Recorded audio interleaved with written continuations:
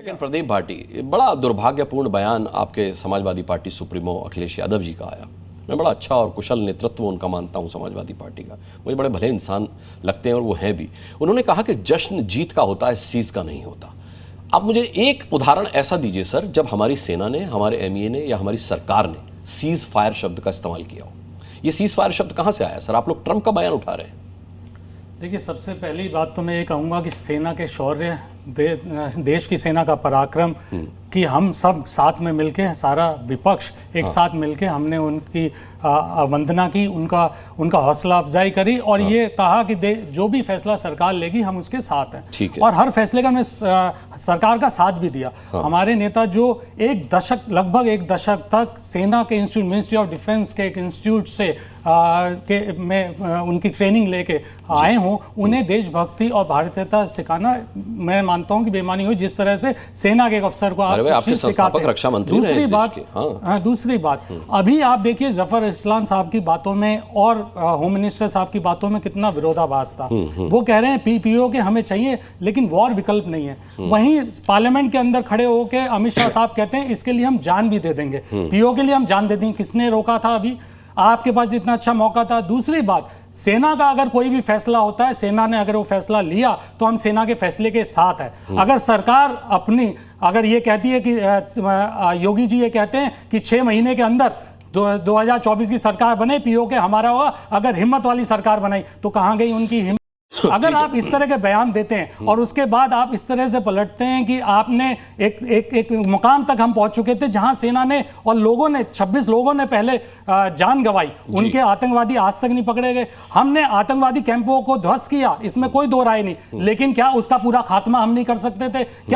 क्या किस बात से हमें रोका गया? क्या सेना तो हमारी पहुंच रही थी और आगे बढ़ रही थी और इतना बहादुरी से काम कर रही थी। हमारे नेता ने तो कहा कि हमारी जैसी सेना तो इस पूरे संसार के अंदर नहीं है, जो हर तरह के फैसले, हर तरह के विपदाओं से ग्रस्त होके भी वो लड़ाई लड़ती है और उसका कोई मुकाबला नहीं है। जब सब लोग उसके साथ थे, आपके पास ये एक मौका था, तो क्या सिर्फ आप जुबानी जंग लड़ते हैं पार्लियामेंट के अंदर और विपक्ष के साथ में? आप क्यों नहीं आगे बढ़ते हैं? हम तो सेना के साथ हर तरह से खड़े हैं और हमारे नेता पे सवाल उठाने के बजाय आप देश के जो सवाल हैं उन पे जवाब दीजिए। आपने भी तो पिछली लड़ाइयों में, 71 की लड़ाइयों में क्या उन्होंने, वाजपेयी साहब ने सवाल नहीं उठे, पार्लियामेंट के सेशन बुलाया, बीच में सेशन बुला के जवाब लिया सरकार से, जो एक स्वस्थ लोकतंत्र में जरूरत है और उसकी रिक्वायरमेंट है। अगर सेना से थोड़ी सवाल हो रहा है, अगर सरकार से हम सवाल कर रहे हैं, डेलीगेशन भेजा, हमने स्वागत किया, हमने भी अपना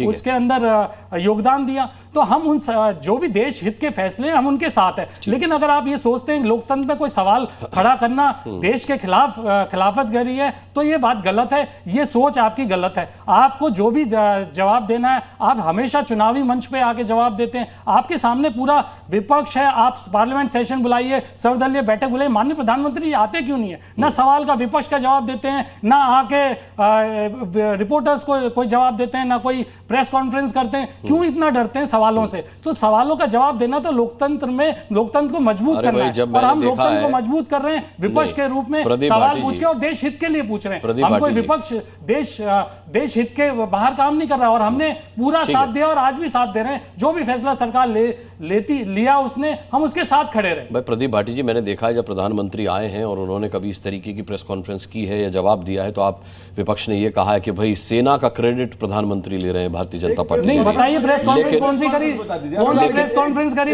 माननीय प्रधानमंत्री जी ने? तो फिर खून की दलाली, 11 साल के अंदर बताइए कब आए हो सामने? तो फिर खून की दलाली और सिंदूर के सौदे लफ्ज का इस्तेमाल क्यों करना पड़ा कांग्रेस को, अगर प्रधानमंत्री ने ऐसी कोई प्रेस कॉन्फ्रेंस? नरेंद्र मोदी जी खूनी पंजा बोलते हो, क्यों बोलते हैं नरेंद्र मोदी जी? खूनी पंजा किसके लिए बोलते हैं भाई? हाँ, क्यों बोलते हैं नरेंद्र मोदी जी? अब ये बताइए, उसके साथ एक और आप सेना की बात कर रहे हैं, एक सेकंड और मैं बता दूं, आप सेना की बात कर रहे हैं, सेना के ऊपर आक्षेप किसने लगाया? इनके विजय शाह ने। क्या बोला उन्होंने? हमारे देश की बेटी के लिए सेना का अपमान नहीं किया।